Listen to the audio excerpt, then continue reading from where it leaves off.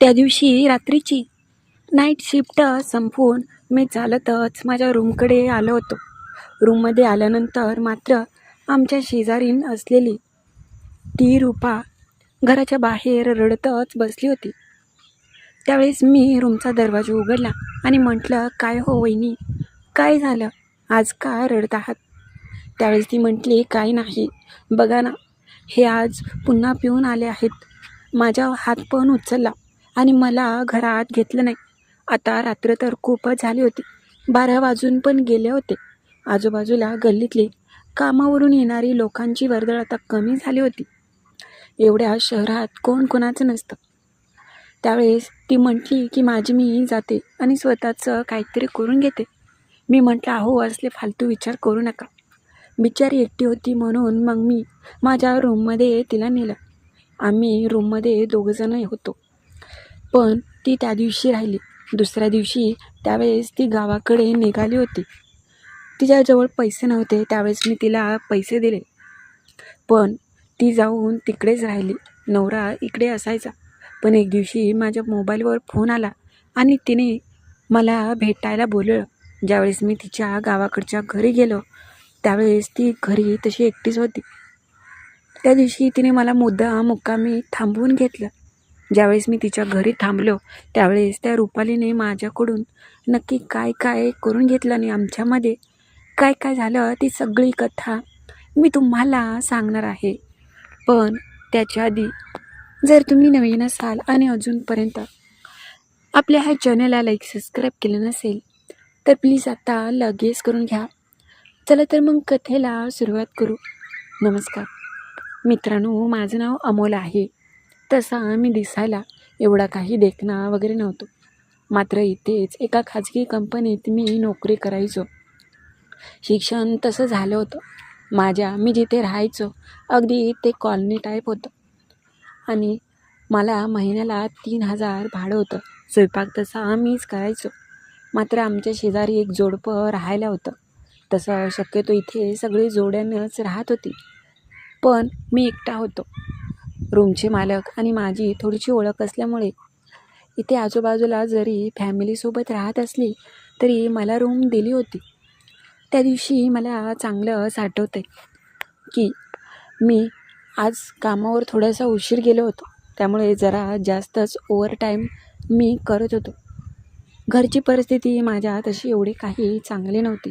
त्यामुळे मला नोकरी करणं भागच होतं.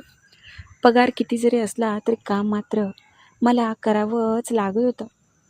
मला चांगलंच आठवतं, त्या दिवशी संध्याकाळी 11:30 वाजले होते. माझ्या कामापासून रूम जवळच होती. मी बसमधून आलो माझ्या स्टॉपवरती. तिथून मी चालत माझ्या घराकडे माझ्या रूमवरती येऊ लागलो होतो. एकतर कामाने खूपच कंटाळा आला होता. माझं लग्नसुद्धा झालं नव्हतं. वयाची 30 तर ओलांडली होती. मी दिसायला एवढा देखणं नव्हतो.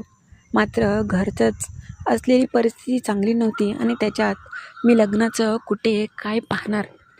त्या दिवशी मला चांगलंच आठवतं आहे.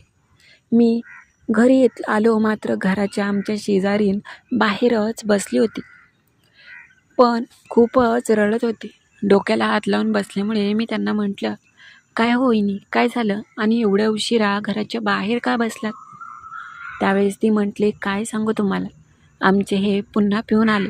माझ्या हात पण उचलला, आज तर घराच्या बाहेरच काढलं आणि मला घरातून बाहेर निघून जा असं म्हणाले. आता एवढ्या रातची बघते कुठेतरी जाते, नाहीतर स्वतःचंच काहीतरी करून घेते. मी म्हटलं, अहो असं नका बोलू, सकाळी जावं वाटलंच तर, भांडण काय होतात नाही, पण आता मला राहायचंच नाही असं तिने मनातल्या मनात ठाम केलं होतं. शेवटी मी तिलाच म्हटलं की कुठे जाण्याची काही गरज नाही, तुम्ही आजच्या दिवस माझ्या घरी झोपा, उद्या सकाळी की जावा. त्यावेळेस ती म्हटली की बरं ठीक आहे. सुरुवातीला ती नकोच म्हणत होती की आमचे हे, नाहीतर मला वेगळंच म्हणायचे.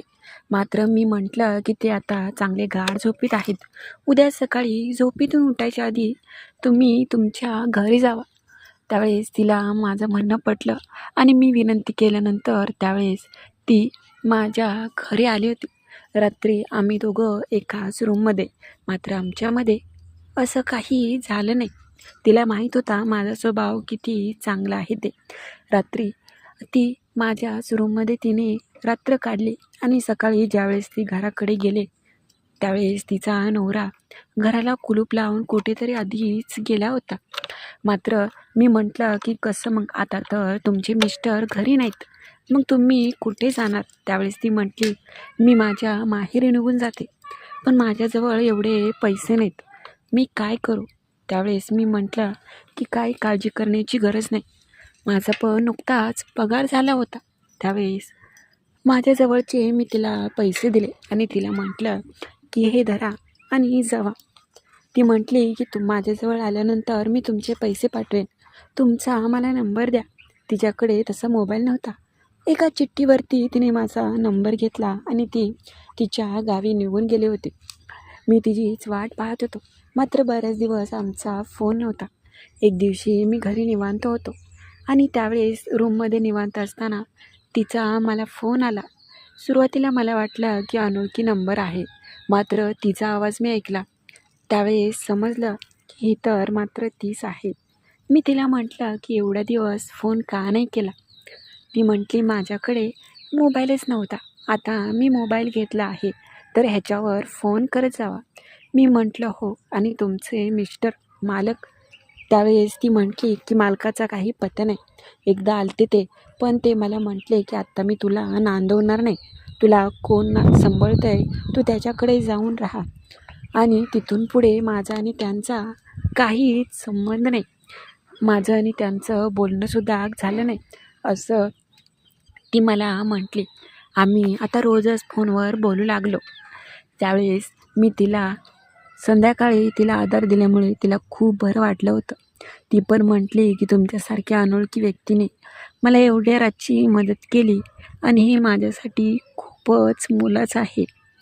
मी म्हटलं हो, ते तर होणारच होतं, तुला माझ्याशिवाय कोण मदत करणार होतं? आम्ही बोलत होतो. तिथून पुढे मी पण तिला बोलू लागलो. एक दिवशी तिने मला तिच्या घरी भेट घेण्यासाठी बोलवलं. मात्र माझं घर जिकडे होतं तिकडेच ती राहायला होती. म्हणून मग मी पण म्हटलं की बरं, तुम्हाला विनंती करत असेल तर मी तुझ्याकडे येईन तुझी भेट घेण्यासाठी.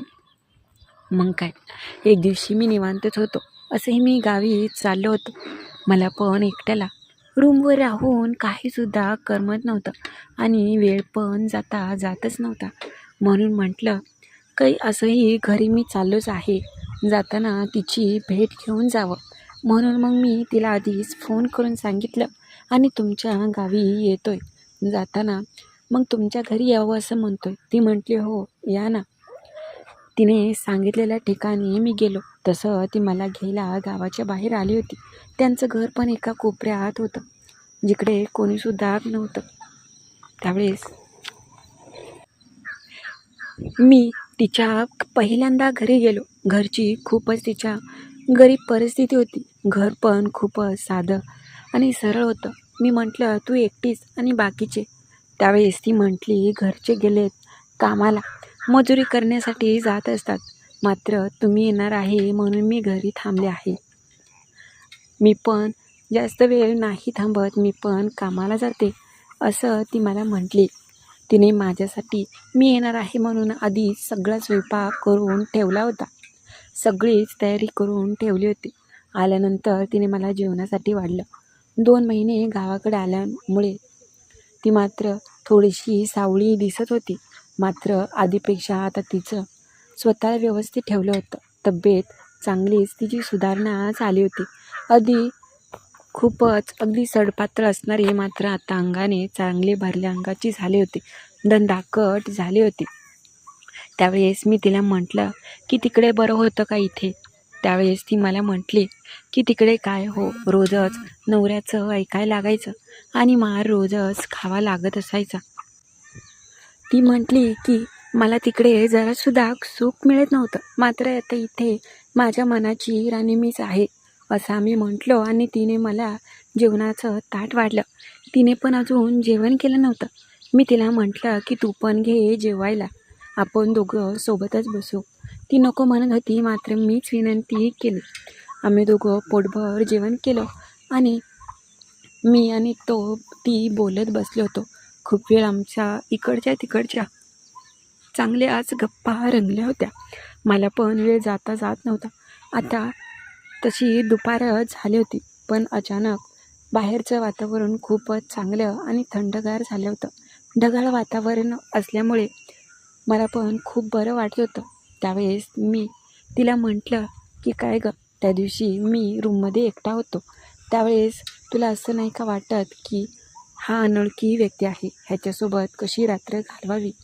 त्यावेळेस ती मला म्हटली, हो, मला तर वाटलं पण की तुम्ही अनोळखी आहात आणि तुम्ही माझ्या मदतीसाठी मला तुमच्या रूममध्ये घेतलं.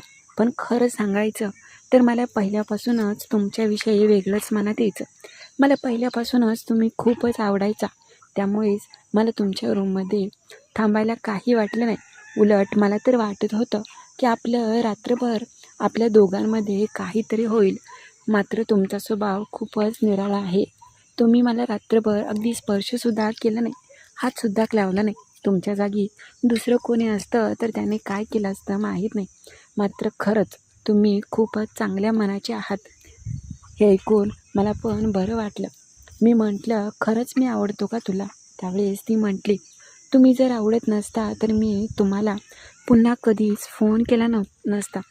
मी तुम्हाला कितीतरी वेळा फोन करण्याचा प्रयत्न करायचे. मात्र काय माहीत मला तुमच्याशी एवढा संपर्क साधता आला नाही. तिच्या ह्या गोष्टी ऐकून मी आश्चर्यचकित झालो. आम्ही दोघं सोबतच बाजूलाच बसलो होतो. घरी कोणी नव्हतं, आम्ही फक्त दोघेच होतो. दिसायला तशी सुंदर ती देखणी होतीच, मात्र त्याचसोबतच मला काय माहीत मात्र तिच्यामध्ये एक वेगळंच आपुलकी अशी जाणवत होती. ती आज सुंदर दिसत होती. मी तिच्याकडे नजर पाहताच ती अगदी खूपच लाजायची, तिची नजर पाडायची. मात्र मला समजलं होतं की ती मला पसंत करते आहे. बोलता बोलता मी म्हटलं की त्या दिवशी तर काही नाही झालं आपल्या दोघांमध्ये, जर आज झालं माझ्याकडून तर आवडेल का तुम्हाला? त्यावेळेस ती फक्त लाजत होती. मी तिला म्हटलं की तुला मी खरं आणि नक्की आवडतो ना? ती काही बोलली नाही, फक्त ती लाजली. त्याच्यावरून समजलं मला की तिला मी खूपच आवडतो. मी जाऊन तिच्या बाजूला बसलो. हळूहळू माझा हात तिच्या हातामध्ये आला. मी तिला प्रेम करू लागलो. खूपच दिसायला देखणी आणि सुंदर होती. आता मी थोडीच थांबणार होतो. मी तिला प्रेम देऊ लागलो.